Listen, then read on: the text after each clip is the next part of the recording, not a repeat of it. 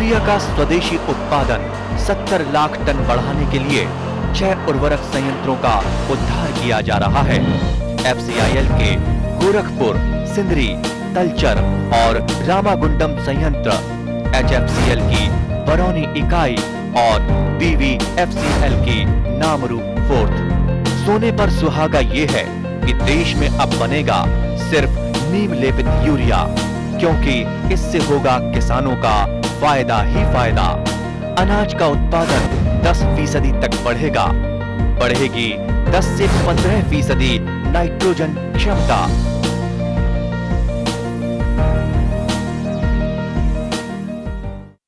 ये बदलाव क्या है?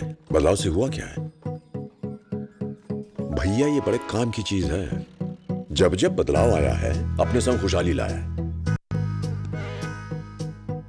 इंसान की सोच में अगर बदलाव आ जाए तो सब कुछ मुमकिन है, सब कुछ संभव है।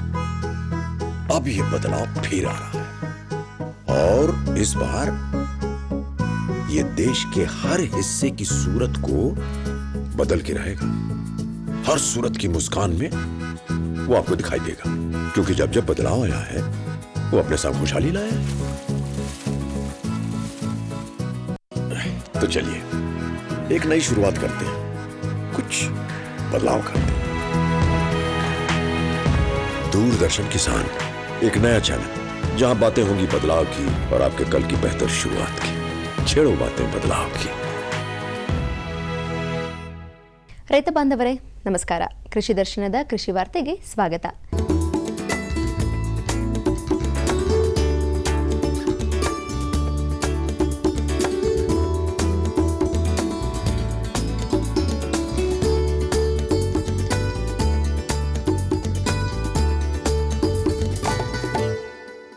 ಇಂದಿನ ಕೃಷಿ ವಾರ್ತೆಯಲ್ಲಿ ಟ್ರ್ಯಾಕ್ಟರ್ ಚಾಲಿತ ಕಳೆ ತೆಗೆಯುವ ಯಂತ್ರ, ತೋಟಗಾರಿಕಾ ಬೆಳೆಗಾರರ ಸಮಸ್ಯೆಗಳಿಗೆ ಉಚಿತ ಸಹಾಯವಾಣಿ, ಸಮಗ್ರ ಕೃಷಿಯಲ್ಲಿ ರೈತನ ಅನುಭವದ ಕುರಿತು ಮಾಹಿತಿಯನ್ನು ತಿಳಿದುಕೊಳ್ಳೋಣ ಬನ್ನಿ.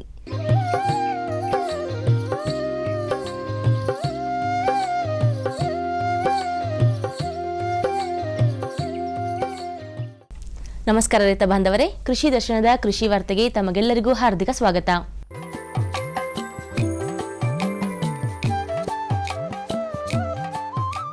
ಅನಾವಶ್ಯಕ ಹಾಗೂ ಬೇಡದ ಸಸಿಗಳಾದ ಕಳೆಗಳು ಬೆಳೆಗಳ ಇಳುವರಿಯನ್ನ ಕುಂಠಿತಗೊಳಿಸುತ್ತದೆ.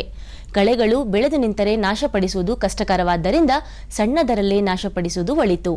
ಕಳೆಗಳ ನಿಯಂತ್ರಣಕ್ಕೆಂದೇ ರಾಯಚೂರು ಕೃಷಿ ವಿಶ್ವವಿದ್ಯಾಲಯವು ಕೃಷಿ ಉಪಕರಣ ಮತ್ತು ಯಂತ್ರಗಳ ಯೋಜನೆ ಅಡಿಯಲ್ಲಿ ಟ್ರ್ಯಾಕ್ಟರ್ ಚಾಲಿತ ನೂತನ ಕಳೆ ತೆಗೆಯುವ ಯಂತ್ರವನ್ನು ಪರಿಚಯಿಸಿದ್ದಾರೆ. ಈಗ ಸಾಮಾನ್ಯವಾಗಿ ಹತ್ತಿಯನ್ನು ಬೆಳೆದು 15ರಿಂದ 20 ದಿವಸದಲ್ಲಿ ಕಳೆ ತೆಗಿಲಿಕ್ಕೆ ಅದು ಕಳೆ ಬಹಳಷ್ಟು ಬರ್ತದೆ. ಆ ಕಳೆಯನ್ನು ತೆಗೆಯೋದು ಬಹಳ ಮುಖ್ಯ. ಕಳೆ ತೆಗಿಲಿಕ್ಕೆ ಸಾಮಾನ್ಯವಾಗಿ ಎತ್ತಿನಿಂದ ಇರುವಂಥ ಕುಂಟಿಯನ್ನು ಉಪಯೋಗ ಮಾಡ್ತಾರೆ. ಇತ್ತೀಚಿನ ದಿನಗಳಲ್ಲಿ ಎತ್ತು ಸಿಗುವುದು ಬಹಳ ದುರ್ಲಭ ಆಗಿದೆ ಮತ್ತು ಅದರ ಕಾಸ್ಟ್ ಕೂಡ ಜಾಸ್ತಿ ಆಗಿದೆ. ಎತ್ತಿನ ಸಿಗುವಂಥ ಕೂಲಿ ಆಳುಗಳಾಗಲಿ ಅಥವಾ ಎತ್ತಿನಿಂದ ಇರುವಂಥ ಉಪಕರಣಗಳಾಗಲಿ ಬಹಳಷ್ಟು ಕಡಿಮೆ ಇದರಲ್ಲಿ ಸಿಗೋದ್ರಿಂದ ಈ ಸಣ್ಣ ಟ್ರ್ಯಾಕ್ಟರ್ ಬಳಕೆ ಇತ್ತೀಚಿನ ದಿನಗಳಲ್ಲಿ ಬಹಳ ಜಾಸ್ತಿ ಆಗ್ತಾಯಿದೆ. ಈ ಸಣ್ಣ ಟ್ರ್ಯಾಕ್ಟರ್ನ ಬಳಕೆ ಇತ್ತೀಚಿನ ಜಾಸ್ತಿ ಆದಂಗೆ ಅದಕ್ಕೆ ಸಕ್ಕಂಥ ಉಪಕರಣಗಳು ಬಹಳಷ್ಟು ಕಡಿಮೆ ಇದೆ.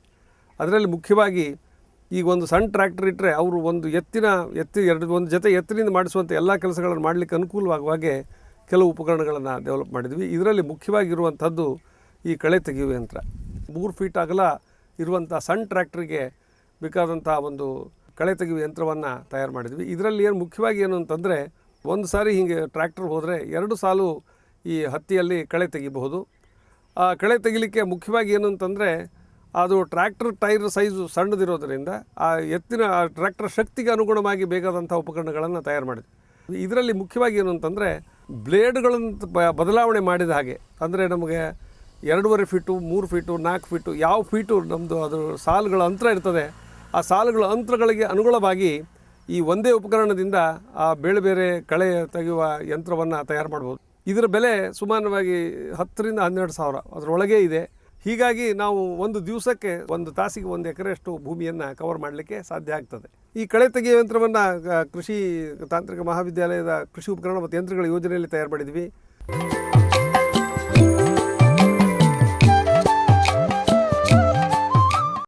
ಬಾಗಲಕೋಟೆಯಲ್ಲಿರುವ ತೋಟಗಾರಿಕಾ ವಿಜ್ಞಾನಗಳ ವಿಶ್ವವಿದ್ಯಾಲಯವು ತೋಟಗಾರಿಕಾ ಬೆಳೆಗಾರರ ಸಮಸ್ಯೆಗಳಿಗೆ ತಕ್ಷಣವೇ ಸ್ಪಂದಿಸುವ ಸಲುವಾಗಿ ಉಚಿತ ಸಹಾಯವಾಣಿಯನ್ನು ಆರಂಭಿಸಿದೆ.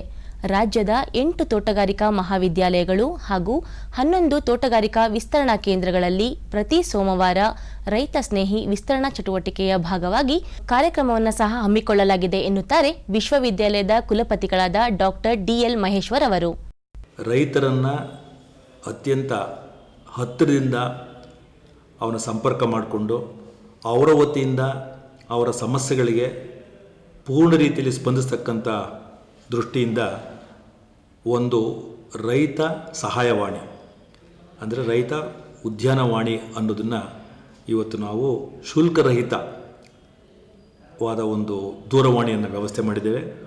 ಈ ದೂರವಾಣಿಯ ಮೂಲಕ ರೈತರು ಯಾವುದೇ ರೀತಿಯಾದ ಹಣವನ್ನು ಅವರು ಖರ್ಚು ಮಾಡಬೇಕಾಗಿಲ್ಲ. ಈ ಸಂಖ್ಯೆಗೆ ಅವರು ಫೋನ್ ಮಾಡಿ ಅವರ ಸಮಸ್ಯೆನ ಹೇಳಿದ್ದೇ ಆದರೆ ಅದು ವಿಜ್ಞಾನಿಗಳಿಗೆ ತಲುಪುತ್ತೆ. ವಿಜ್ಞಾನಿಗಳಲ್ಲಿ ನಿಮಗೆ ಕೂಡಲೇ ಪರಿಹಾರ ನೀಡತಕ್ಕಂಥ ವ್ಯವಸ್ಥೆ ಇದೆ. ಇದರ ಜೊತೆಗೆ ಪ್ರತಿ ಸೋಮವಾರ ರೈತರಿಗೆ ಪರಿಹಾರ ಅನ್ನೋ ಮತ್ತೊಂದು ಕಾರ್ಯಕ್ರಮವೂ ಸಹ ನಾವು ತೋಟಗಾರಿಕೆ ವಿಜ್ಞಾನಗಳ ವಿಶ್ವವಿದ್ಯಾಲಯದ ವತಿಯಿಂದ ವ್ಯವಸ್ಥೆ ಮಾಡಿದ್ದೇವೆ. ಇದು ಸಹ ನಮ್ಮ 8 ಮಹಾವಿದ್ಯಾಲಯಗಳಲ್ಲಿ ಮತ್ತು 11 ತೋಟಗಾರಿಕಾ ವಿಸ್ತರಣಾ ಕೇಂದ್ರಗಳಲ್ಲಿ ನಮ್ಮ ವಿಜ್ಞಾನಿಗಳು ಪ್ರತಿ ಸೋಮವಾರ ತಂಡವಾಗಿ ಅವರು ಅವರ ಕಚೇರಿಯಲ್ಲಿರ್ತಾರೆ. ರೈತರು ಅವರಿಗೆ ಅವ್ರನ್ನ ಹೋಗಿ ಸಂಪರ್ಕ ಮಾಡಿ ಅವರ ಸಮಸ್ಯೆಗಳಿಗೆ ಪರಿಹಾರ ಪಡ್ಕೋಬೋದು. ಹೀಗಾಗಿ ಈ 2 ವಿನೂತನ ರೈತಪರ ರೈತ ಸ್ನೇಹಿ ವಿಸ್ತರಣಾ ಚಟುವಟಿಕೆಗಳನ್ನು ತೋಟಗಾರಿಕೆ ವಿಜ್ಞಾನಗಳ ವಿಶ್ವವಿದ್ಯಾಲಯ ಹಮ್ಮಿಕೊಂಡಿದೆ. ಈ ಅನುಕೂಲವನ್ನು ರೈತರು ಪಡ್ಕೊಳ್ಬೇಕಂತ ನಾನು ಮನವಿ ಮಾಡ್ಕೊತೇನೆ.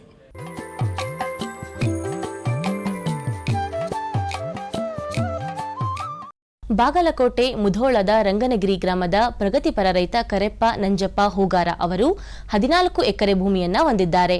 7 ಎಕರೆಯಲ್ಲಿ ಕಬ್ಬನ್ನ ಮುಖ್ಯ ಬೆಳೆಯಾಗಿ ಬೆಳೆಯುತ್ತಿರುವ ಇವರು ಅಂತರ ಬೆಳೆಯಾಗಿ ಗೋವಿನ ಜೋಳ ಹಾಗೂ ಅಲಸಂದೆಯನ್ನ ಬೆಳೆಯುತ್ತಿದ್ದಾರೆ. ಉಳಿದ ಭೂಮಿಯಲ್ಲಿ ತರಕಾರಿ ಹಾಗೂ ಹಣ್ಣಿನ ಬೆಳೆಗಳನ್ನು ಬೆಳೆಯುತ್ತಿರುವ ಕರೆಪ್ಪ ಅವರು ಕೊಳವೆ ಬಾವಿಯನ್ನ ನಿರ್ಮಿಸಿಕೊಂಡು ಬೆಳೆಗಳಿಗೆ ನೀರನ್ನು ಒದಗಿಸುತ್ತಿದ್ದಾರೆ. ಕ್ಯಾಪ್ಸಿಕಮ್ 2 ಎಕರೆ ಐತ್ರಿ, ವಾಟರ್ ಮೆಲನ್ ಒಂದು 1.5 ಎಕರೆ ಐತ್ರಿ, ಒಂದು 1.5 ಎಕರೆ ಚಿಲ್ಲಿ ರೀ. ಇದು ಎಕರೆಗೆ ಇದು ಮಲ್ಚಿಂಗ ಗೊಬ್ಬರ ಎಲ್ಲ ಸೇರಿ ಎಕರೆಗೆ 40 ರೂಪಾಯಿ ಖರ್ಚು ಬರೋದು ರೀ. ಒಂದು ಎಕರೆಗೆ ಮುಂದೆ ಬೆಳಗಾವಕ್ಕೆ ಮಾರ್ತೀವಿ ರೀ. ಈಗ ಒಂದು 60 ಟನ್ ಮಟ್ಟ ಬಂದೈತೆ ರೀ. ಈಗ ಇನ್ನೊಂದು 20-30 ಟನ್ ಬರ್ಬೋದು ರೀ. ಇದು ಮಹಾರಾಷ್ಟ್ರದಿಂದ ತಂದೀವಿ ರೀ. ಇವು ಅಲ್ಪಾವಧಿ ಬೆಳೆ ರೀ, ಆದಾಯ ಸ್ವಲ್ಪ ಜಾಸ್ತಿ ಕಬ್ಬಿನಕ್ಕಿಂತ. ಕಬ್ಬಿಗೆ ನೀರು ಭಾಳ ಬೇಕು ರೀ, ಇದಕ್ಕೆ ನೀರು ಕಡಿಮೆ ಆಗ್ತೈತಿ.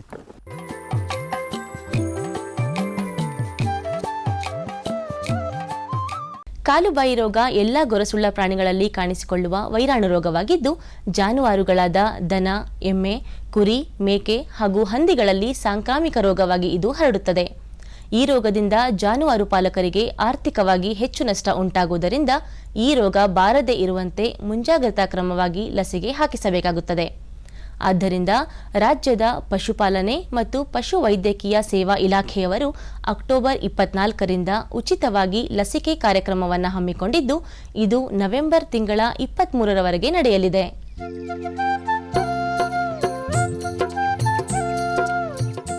ರೈತ ಬಾಂಧವರೇ, ಇನ್ನು ಮುಂದೆ ಕೃಷಿ ದರ್ಶನ ಮುಂದುವರೆಯುವುದು. ಕಿರು ಮಾಹಿತಿಯ ಕೃಷಿ ವಾರ್ತೆಯನ್ನ ನೋಡಿದ್ರಿ. ಈಗ ಸಂಕ್ಷಿಪ್ತ ಮಾಹಿತಿಯ ಕೃಷಿ ದರ್ಶನ.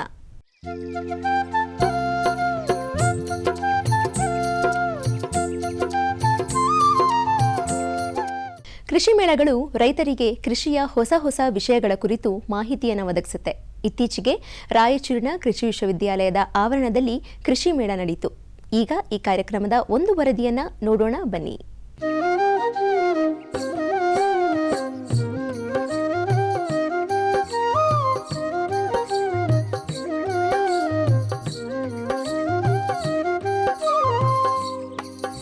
ಜಾಗತಿಕ ಮಟ್ಟದಲ್ಲಿ ದ್ವಿದಳ ಧಾನ್ಯಗಳ ಉತ್ಪಾದನೆ ಮತ್ತು ಅರಿವು ಮೂಡಿಸುವ ಸಲುವಾಗಿ ವಿಶ್ವಸಂಸ್ಥೆಯು 2016 ಅಂತಾರಾಷ್ಟ್ರೀಯ ದ್ವಿದಳ ಧಾನ್ಯಗಳ ವರ್ಷವೆಂದು ಘೋಷಿಸಿದೆ. ದ್ವಿದಳ ಧಾನ್ಯಗಳು ವಾತಾವರಣದಲ್ಲಿನ ಸಾರಜನಕವನ್ನು ಸ್ಥಿರೀಕರಿಸುವುದರ ಜೊತೆಗೆ ಬೀಜಗಳಲ್ಲಿನ ಪ್ರೋಟೀನ್, ವಿಟಮಿನ್ಗಳು ಮಾನವನಿಗೆ ಆರೋಗ್ಯಕರವಾಗಿದೆ.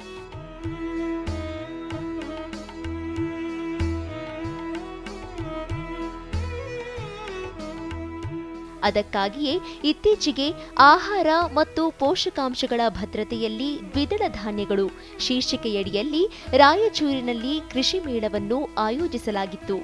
ರಾಯಚೂರು ಕೃಷಿ ವಿಶ್ವವಿದ್ಯಾಲಯದ ಆವರಣದಲ್ಲಿ ಏರ್ಪಟ್ಟಿದ್ದ ಕೃಷಿ ಮೇಳಕ್ಕೆ ಗೋಪೂಜೆಯೊಂದಿಗೆ ಚಾಲನೆ ದೊರೆಯಿತು.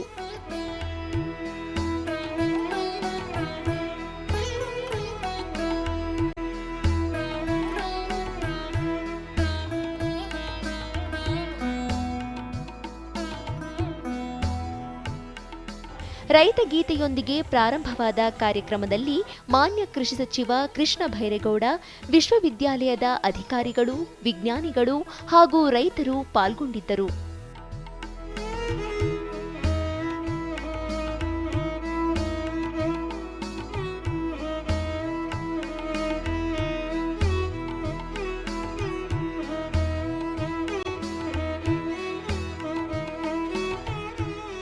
ಕೃಷಿ ಸಚಿವ ಕೃಷ್ಣ ಬೈರೇಗೌಡ ಅವರು ಮಾತನಾಡಿ, ಕೃಷಿಯಲ್ಲಿ ಕೂಲಿ ಕಾರ್ಮಿಕರ ಸಮಸ್ಯೆಯನ್ನು ಹೋಗಲಾಡಿಸಲು ರೈತರು ವಿಜ್ಞಾನ ಹಾಗೂ ನೂತನ ತಂತ್ರಜ್ಞಾನಗಳನ್ನು ಮುಕ್ತ ಮತ್ತು ತೆರೆದ ಮನಸ್ಸಿನಿಂದ ಒಪ್ಪಿಕೊಂಡು ಬಳಕೆ ಮಾಡಬೇಕು. ಆಗ ಮಾತ್ರ ಕೃಷಿಯಲ್ಲಿ ಮತ್ತಷ್ಟು ಅಭಿವೃದ್ಧಿ ಹೊಂದಲು ಸಾಧ್ಯ ಎಂದರು. ಅನೇಕ ಸಮಸ್ಯೆಗಳಿಗೆ ಇವತ್ತು ವಿಜ್ಞಾನ ಪರಿಹಾರ ಕೊಡ್ತಕ್ಕಂಥ ಸಾಮರ್ಥ್ಯ ಇದೆ. ಆದರೆ ಹೊಸ ಪದ್ಧತಿಗಳನ್ನು, ವಿಜ್ಞಾನವನ್ನು ಅಳವಡಿಸ್ಕೊಳ್ತಕ್ಕಂಥ ತೆರೆದ ಮನಸ್ಸನ್ನು ನಾವೆಲ್ಲರೂ ಸಹ ಇಟ್ಕೊಳ್ಬೇಕಾಗ್ತದೆ.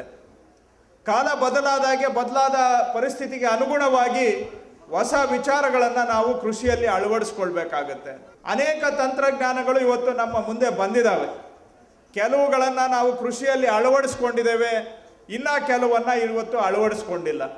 ಉದಾಹರಣೆಗೆ ಈ ವರ್ಷ ನಮ್ಮ ರಾಜ್ಯದಲ್ಲಿ ನಾವು ಸರ್ಕಾರ ಹೆಚ್ಚಿನ ಒತ್ತನ್ನು ಕೃಷಿ ಯಂತ್ರೋಪಕರಣಗಳನ್ನು ಕೃಷಿಯಲ್ಲಿ ಬಳಕೆ ಮಾಡೋದಕ್ಕೆ ಕೊಟ್ಟಿದ್ದೇವೆ. ಜಾಸ್ತಿ ಒತ್ತನ್ನು, ಪ್ರಚಾರವನ್ನು ಆ ಕಾರ್ಯಕ್ರಮಗಳಿಗೆ ಕೊಡ್ತಾ ಇದ್ದೇವೆ. ಕಾರಣ ಏನಂತ ಹೇಳಿದ್ರೆ, ಈಗ ಭತ್ತ ನಾಟಿ ಮಾಡುವಂಥ ಯಂತ್ರವನ್ನು ನಾವು ಅಕ್ಕಪಕ್ಕ ಜಿಲ್ಲೆಗಳಲ್ಲಿ ಇಲ್ಲೆಲ್ಲ ಕಡೆನೂ ಸಹ ಪ್ರಾತ್ಯಕ್ಷಿಕತೆ ಮಾಡಿದ್ದೇವೆ. ಇವತ್ತು ಇಲ್ಲಿ ಔಷಧಿ ಹೊಡಿತಕ್ಕಂಥ ಯಂತ್ರಗಳನ್ನು ಇಟ್ಟಿದ್ದೇವೆ. ಇವೆಲ್ಲವುಗಳದ್ದು ಅನುಕೂಲ ಏನಂತ ಹೇಳಿದ್ರೆ, ವೈಜ್ಞಾನಿಕ ಕೃಷಿಯನ್ನು ಮಾಡಲಿಕ್ಕೆ ಇವೆಲ್ಲ ಸಹಕಾರಿಯಾಗ್ತವೆ. ಜೊತೆಗೆ ಖರ್ಚು ವೆಚ್ಚಗಳು ಕಡಿಮೆ ಆಗ್ತದೆ ಯಂತ್ರೋಪಕರಣ ಬಳಕೆ ಮಾಡೋದ್ರಿಂದ. ಹಾಗೂ ಮೂರನೇದು, ಕೆಲಸದವರು ಸಿಗ್ತಾ ಇಲ್ಲ ಅನ್ನೋ ಸಮಸ್ಯೆಗೆ ಇದು ಪರಿಹಾರ ಆಗುತ್ತೆ. ಜನಸಾಗರವೇ ಹರಿದು ಬಂದಿದ್ದ ಕೃಷಿ ಮೇಳದಲ್ಲಿ ಕೃಷಿಯ ಕುರಿತಾದ ಕೈಪಿಡಿಯನ್ನು ಬಿಡುಗಡೆ ಮಾಡಲಾಯಿತು. ವಿಧಾನ ಪರಿಷತ್ತಿನ ಸದಸ್ಯರಾದ ಶ್ರೀ ಎನ್ಎಸ್ ಬೋಸರಾಜ್, ಶಾಸಕರಾದ ಡಾಕ್ಟರ್ ಶಿವರಾಜ್ ಪಾಟೀಲ್, ರಾಯಚೂರು ಕೃಷಿ ವಿಶ್ವವಿದ್ಯಾಲಯದ ಕುಲಪತಿ ಡಾಕ್ಟರ್ ಪಿಎಂ ಸಾಲಿಮಠ್, ವಿಸ್ತರಣಾ ನಿರ್ದೇಶಕರಾದ ಎಸ್ಕೆ ಮೇಟಿ, ಮಹಾರಾಷ್ಟ್ರ ರಾಹುರಿ ಕೃಷಿ ವಿಶ್ವವಿದ್ಯಾಲಯದ ಕುಲಪತಿ ಡಾಕ್ಟರ್ ಕೆಪಿ ವಿಶ್ವನಾಥ್ ಅವರು ಸೇರಿದಂತೆ ಇನ್ನಿತರೆ ಗಣ್ಯರು ಕಾರ್ಯಕ್ರಮದಲ್ಲಿ ಭಾಗವಹಿಸಿದ್ದರು. ಕೃಷಿ ಮೇಳದಲ್ಲಿ ಕೃಷಿ ವಿಶ್ವವಿದ್ಯಾಲಯದ ವ್ಯಾಪ್ತಿಯಡಿ ಬರುವ 6 ಜಿಲ್ಲೆಗಳಿಂದ ಪ್ರತಿ ಜಿಲ್ಲೆಯಲ್ಲಿ ಕೃಷಿಯನ್ನು ಅಳವಡಿಸಿಕೊಂಡು ಕೃಷಿ ಮತ್ತು ಸಂಬಂಧಿತ ಚಟುವಟಿಕೆಗಳಲ್ಲಿ ಹೆಚ್ಚಿನ ಸಾಧನೆಗೈದ ಪ್ರತಿ ಜಿಲ್ಲೆಗೆ ಶ್ರೇಷ್ಠ ಕೃಷಿಕ, ಶ್ರೇಷ್ಠ ಕೃಷಿ ಮಹಿಳೆ, ಶ್ರೇಷ್ಠ ಯುವ ಕೃಷಿಕ ಮತ್ತು ಶ್ರೇಷ್ಠ ಯುವ ಮಹಿಳೆ ಎಂದು ಗುರುತಿಸಿ ಅವರನ್ನು ಪ್ರಶಸ್ತಿ ಪತ್ರದೊಂದಿಗೆ ಸನ್ಮಾನಿಸಿ ಗೌರವಿಸಲಾಯಿತು.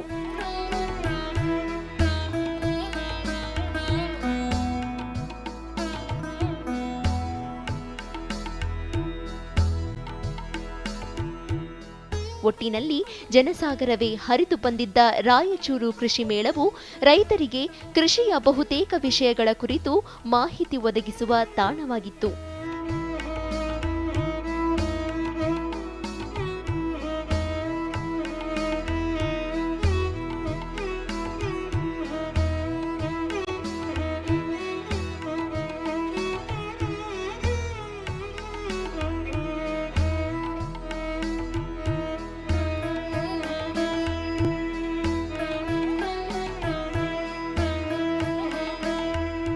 ಸಹಕಾರಿ ಕ್ಷೇತ್ರದಲ್ಲಿ ಯಶಸ್ಸು ಗಳಿಸಿರುವ ನಮ್ಮ ರಾಷ್ಟ್ರದ ಕೆಲವೇ ರಾಜ್ಯಗಳಲ್ಲಿ ಕರ್ನಾಟಕವು ಒಂದಾಗಿದೆ. ನಮ್ಮ ರಾಜ್ಯದಲ್ಲಿ ಸುಮಾರು 41,000 ಸಹಕಾರ ಸಂಘಗಳಿದ್ದು 2,30,00,000 ಸದಸ್ಯ ಬಳಗವಿದೆ. ಸಹಕಾರ ವ್ಯವಸ್ಥೆ ಜೀವನದ ಎಲ್ಲ ಪ್ರಕಾರಗಳನ್ನು ಆವರಿಸಿಕೊಂಡಿದೆ. ರೈತರಿಗೆ ಸರ್ಕಾರ ಸಹಕಾರ ಸಂಘಗಳ ಮೂಲಕ ಶೂನ್ಯ ಬಡ್ಡಿ ದರದಲ್ಲಿ 3 ಲಕ್ಷದವರೆಗೆ 3% ಬಡ್ಡಿ ದರದಲ್ಲಿ 10 ಲಕ್ಷದವರೆಗೆ ಕೃಷಿ ಸಾಲ ನೀಡುತ್ತಿದ್ದು 2015-16ನೇ ಸಾಲಿನಲ್ಲಿ 21 ಲಕ್ಷ ರೈತರಿಗೆ ತಲುಪಿಸಿದೆ. ಈ ಸಂಖ್ಯೆಯನ್ನು ಶೀಘ್ರದಲ್ಲೇ 25 ಲಕ್ಷ ಕುಟುಂಬಗಳಿಗೆ ತಲುಪಿಸುವ ಆಶಯವಿದೆ. ಈ ಬಾರಿ ಕೃಷಿ ಉದ್ದೇಶಕ್ಕಾಗಿ 11,000 ಕೋಟಿ ರೂಪಾಯಿಗಳ ಸಾಲ ವಿತರಿಸುವ ಗುರಿಯನ್ನು ಇರಿಸಿಕೊಳ್ಳಲಾಗಿದೆ. ಬರ ಪರಿಸ್ಥಿತಿಯ ಹಿನ್ನೆಲೆಯಲ್ಲಿ ರೈತರು ಸಹಕಾರ ಸಂಘಗಳಿಗೆ ಪಾವತಿಸಬೇಕಾಗಿದ್ದ ಸುಸ್ತಿ ಕೃಷಿ ಸಾಲದ ಮೊತ್ತವನ್ನು ಪಾವತಿಸಿದರೆ ಬಡ್ಡಿ ಮನ್ನಾ ಮಾಡುವ ಯೋಜನೆಯ ಅವಧಿಯನ್ನು 2017ನೇ ಮಾರ್ಚ್ 31ರವರೆಗೆ ವಿಸ್ತರಿಸಲಾಗಿದೆ. ರೈತರಿಗೆ ಶೂನ್ಯ ಹಾಗೂ ರಿಯಾಯಿತಿ ಬಡ್ಡಿ ದರದಲ್ಲಿ ಕೃಷಿ ಸಾಲ ನೀಡುವ ನಿಟ್ಟಿನಲ್ಲಿ ನಮ್ಮ ರಾಜ್ಯ ದೇಶದಲ್ಲೇ 2ನೇ ಸ್ಥಾನದಲ್ಲಿದೆ. ಹಾಗೆಯೇ ಹಾಲು ಉತ್ಪಾದನೆಗೆ ಪ್ರತಿ ಲೀಟರ್ ಹಾಲಿಗೆ 4 ರು ಸಹಾಯಧನ ನೀಡುತ್ತಿರುವುದು ಸಹ ಎಲ್ಲರ ಮೆಚ್ಚುಗೆಗೆ ಪಾತ್ರವಾಗಿದೆ. 2016-17ನೇ ಸಾಲಿಗೆ ಕೇಂದ್ರ ಸರ್ಕಾರ ಮುಂಗಾರಿನ ವಿವಿಧ ಬೆಳೆಗಳಿಗೆ ಪ್ರಕಟಿಸಿರುವ ಬೆಂಬಲ ಬೆಲೆಗಳು ಹೀಗಿವೆ. ಈ ಬೆಲೆಗಳು ಪ್ರತಿ ಕ್ವಿಂಟಾಲ್ಗೆ: ಭತ್ತ ಸಾಮಾನ್ಯ 1,470 ರೂಪಾಯಿ, ಗ್ರೇಡ್ ಎ 1,510 ರೂಪಾಯಿ, ಜೋಳ ಹೈಬ್ರಿಡ್ 1,625 ರೂಪಾಯಿ, ಮಾಲ್ದಂಡಿ 1,650 ರೂಪಾಯಿ, ಸಜ್ಜೆ 1,330 ರೂಪಾಯಿ, ಮುಸುಕಿನ ಜೋಳ 1,365 ರೂಪಾಯಿ, ರಾಗಿ 1,725 ರೂಪಾಯಿ, ತೊಗರಿ 5,050 ರೂಪಾಯಿ, ಹೆಸರು ಕಾಳು 5,225 ರೂಪಾಯಿ, ಉದ್ದು 5,000 ರೂಪಾಯಿ, ಸಿಪ್ಪೆ ಸಹಿತ ಶೇಂಗಾ 4,220 ರೂಪಾಯಿ, ಸೋಯಾಬೀನ್ 2,775 ರೂಪಾಯಿ, ಸೂರ್ಯಕಾಂತಿ ಬೀಜ 3,950 ರೂಪಾಯಿ, ಹುಚ್ಚೆಳ್ಳು 3,825 ರೂಪಾಯಿ, ಎಳ್ಳು 5,000 ರೂಪಾಯಿ, ಹತ್ತಿ ಮಧ್ಯಮ ಎಳೆ 3,860 ರೂಪಾಯಿ, ಹತ್ತಿ ಉದ್ದವಾದ ಎಳೆ 4,160 ರೂಪಾಯಿ. ರೋಗ ನಿರೋಧಕ ಗುಣಗಳನ್ನು ಹೊಂದಿರೋ ಅರಿಶಿನವನ್ನು ಮನೆಮದ್ದಾಗಿ ಹೆಚ್ಚಾಗಿ ಬಳಸ್ತಾರೆ. ಹಾಗೆ ಆಹಾರಗಳಲ್ಲಿಯೂ ಇದನ್ನು ಹೆಚ್ಚಾಗಿ ಬಳಸೋದುಂಟು. ಈ ಅರಿಶಿನ ಬೇಸಾಯದ ಕುರಿತು ಇಲ್ಲೊಬ್ಬ ರೈತ ತಮ್ಮ ಅನುಭವವನ್ನು ಹಂಚಿಕೊಂಡಿದ್ದಾರೆ. ಬನ್ನಿ ನೋಡೋಣ.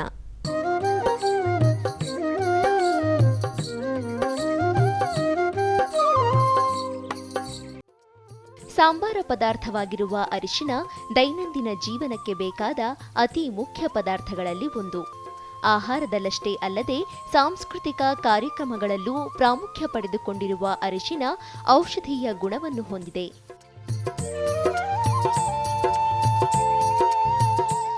ಜಮಖಂಡಿಯ ತೇರದಾಳ ಗ್ರಾಮದ ಇವರು ಧರೆಪ್ಪ ಪರಪ್ಪ ಕಿತ್ತೂರು. ಸುಮಾರು 25 ವರ್ಷಗಳಿಂದ ಕೃಷಿಯಲ್ಲಿ ತೊಡಗಿಕೊಂಡಿರುವ ಇವರು 18 ಎಕರೆ ಭೂಮಿಯನ್ನು ಹೊಂದಿದ್ದಾರೆ. ಇದರಲ್ಲಿ ಕಬ್ಬು, ಜವೆ ಗೋಧಿ, ಉದ್ದು, ಹೆಸರು, ಬಾಳೆ ಸೇರಿದಂತೆ ಅರಿಶಿನ ಬೇಸಾಯವನ್ನು ಕೈಗೊಂಡಿದ್ದಾರೆ.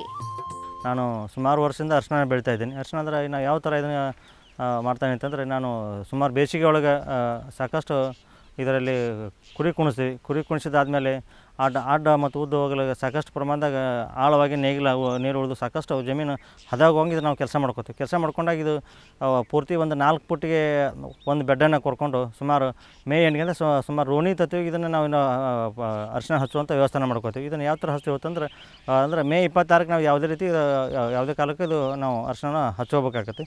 ಹಚ್ಕೋಬೇಕಾದ್ರೆ ನಮ್ಮದೇ ಆದಂಥ ಅರಿಶಿನ ನಾವು ಬೆಳೆದಂಥ ಮೊದಲು ಒಂದು ಕಡೆ ನಾವು ಇದನ್ನು ಶೇಖರಣೆ ಮಾಡ್ಕೊಂಡಿರ್ತೀವಿ. ಅರಿಶಿನ ಬೀಜವನ್ನು ಅದನ್ನು ಬೇರು ಸಮೇತ ಅದನ್ನು ಕ್ಲೀನ್ ಮಾಡ್ಕೊಂಡು ಅದಕ್ಕೆ ನಾವು ಬೀಜೋಪಚಾರವಾಗಿ ಜೀವಾಮೃತ ಮಾಡ್ಕೋತೀವಿ. ಜೀವಾಮೃತ ಹೆಂಗಂದ್ರೆ 200 ಲೀಟರ್ ನೀರು ಇಟ್ಕೋತೀವಿ. 200 ಲೀಟರ್ ನೀರಲ್ಲಿ ಸುಮಾರು 10 kg ತಾಜಾ ಆಕಳ ಸಗಣಿಯನ್ನು ಒಂದು ತಿಳು ಅರಿವೆಯಲ್ಲಿ ಕಟ್ಟಿ ನಾವು ನೆನೆ ಹಾಕ್ತೀವಿ. ಸುಮಾರು 24 ಗಂಟೆ ನೆನೆ ಹಾಕಿದಾಗ ಅದು ಸಾಕಷ್ಟು ರಸ ಬಿಡುತ್ತೆ. ಆ ರಸ ಬಿಟ್ಟ ಮೇಲೆ ಮತ್ತೆ ಸ್ವಲ್ಪ ಕೈಲಿ ಹೆಚ್ಚಿ ಅದನ್ನು ರಸ ತೆಗೆದು ಅದಕ್ಕೆ 1 ಲೀಟರ್ ಸುಣ್ಣದ ತಿರುನೀರನ್ನು ಅದಕ್ಕೆ ನಾವು ಹಾಕ್ಕೊಂಡು ಇದಾದ ರೆಡಿ ಆದಮೇಲೆ ಅರಿಶಿನ ಬೀಜನ ಸುಮಾರು ಒಂದು 10 ನಿಮಿಷ ಇದರಲ್ಲಿ ಬೀಜೋಪಚಾರವಾಗಿ ನಾವು ಬೀಜಾಮೃತದಲ್ಲಿ ಅದ್ದುತ್ತೀವಿ. ಅದ್ಕೊಂಡು ಸುಮಾರು ಅದನ್ನು ಒಂದು ಅರ್ಧ ಗಂಟೆ ನೆರಳಿ ಒಣಾಕಿದ ತಕ್ಷಣ ನಾವು ಮೊದಲೇ ಬೆಡ್ ರೆಡಿ ಮಾಡ್ಕೊಂಡಿರ್ತೀವಿ. ಆ ಬೆಡ್ ಮೇಲೆ ಸಗಣಿ ಗೊಬ್ಬರ ಹಾಕ್ಕೊಂಡಿರ್ತೀವಿ, ಕೋಳಿ ಗೊಬ್ಬರ ಹಾಕ್ಕೊಂಡಿರ್ತೀವಿ, ಪ್ಲಸ್ ಮತ್ತು ಬೇವಿನ ಹಿಂಡಿ ಮತ್ತು ಈ ಸಾವಯವ ಎರೆಹುಳು ಗೊಬ್ಬರ, ಈ ಥರ ಎಲ್ಲ ಮೊದಲೇ ನಾವು ಪ್ರಿಪೇರ್ ಮಾಡಿಕೊಂಡು ಇದನ್ನು ಬೆಡ್ ರೆಡಿ ಮಾಡ್ಕೊಂಡು 4 ಫುಟ್ ನಮ್ಮದು ಬೆಡ್ ಇರುತ್ತೆ. ಆ 4 ಫುಟ್ ಬೆಡ್ಡು ಮತ್ತು ಹನಿ ನೀರಾವರಿ ಡ್ರಿಪ್ ಪೈಪನ್ನು ಅಳವಡಿಸ್ಕೊಂಡು ಇದಕ್ಕೆ ಫೂಟಿಗೆ ಒಂದು ಬೀಜ ಮತ್ತು ಅದರ ಎದುರಿಗೆ ಇನ್ನೊಂದು ಬೀಜ ಸುಮಾರು 8 ಇಂಚಿನಾಗ 2 ಬೀಜನ ಹಾಕೋತೀವಿ. ಮುಂದೆ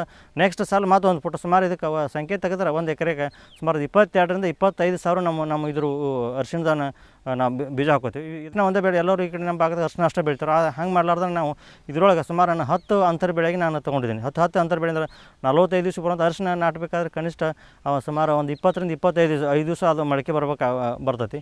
ಹಂಗೆ ಆಗ್ಲಾರ್ದು ಅರಿಶಿಣಕ್ಕೆ ಅಷ್ಟೇ ನಾವು ಅವಲಂಬನೆ ಆಗ್ಲಾರ್ದನ ಇವನ್ನ ಆ ಟೈಮ್ದಾಗ ಅಂದ್ರೆ ನಾವು ಮೆಂತಿ, ಕೊತ್ತಂಬರಿ, ಪಾಲಕ್, ಸಬಸಿ ಇವು ಸುಮಾರು 45 ದಿವಸ ಬರುವಂಥ ಬೆಳೆಗಳನ್ನ ಅರಿಶಿಣ ಪಕ್ಕದಾಗ ಅಂದ್ರೆ ಅದಕ್ಕೆ ಡಿಸ್ಟರ್ಬ್ ಅಂದ್ರೆ ತೊಂದರೆ ಆಗ್ಲಾರ್ದಂಗೆ ನಾವು ಇದನ್ನು ನಾಟಿ ಮಾಡ್ಕೋತೀವಿ. ಇದಾದ ತಕ್ಷಣ ಇದನ್ನು ಬರೀ ಮೇಲೆ ಅರಿಶಿಣ ಮತ್ತು ಇವು 4 ತರಕಾರಿನ ಬೆಳ್ಕೊಂಡಾಗ ಇನ್ನೂ ನಮಗೆ ಸಾಕಷ್ಟು ಸ್ಪೇಸ್ ಉಳಿತದೆ.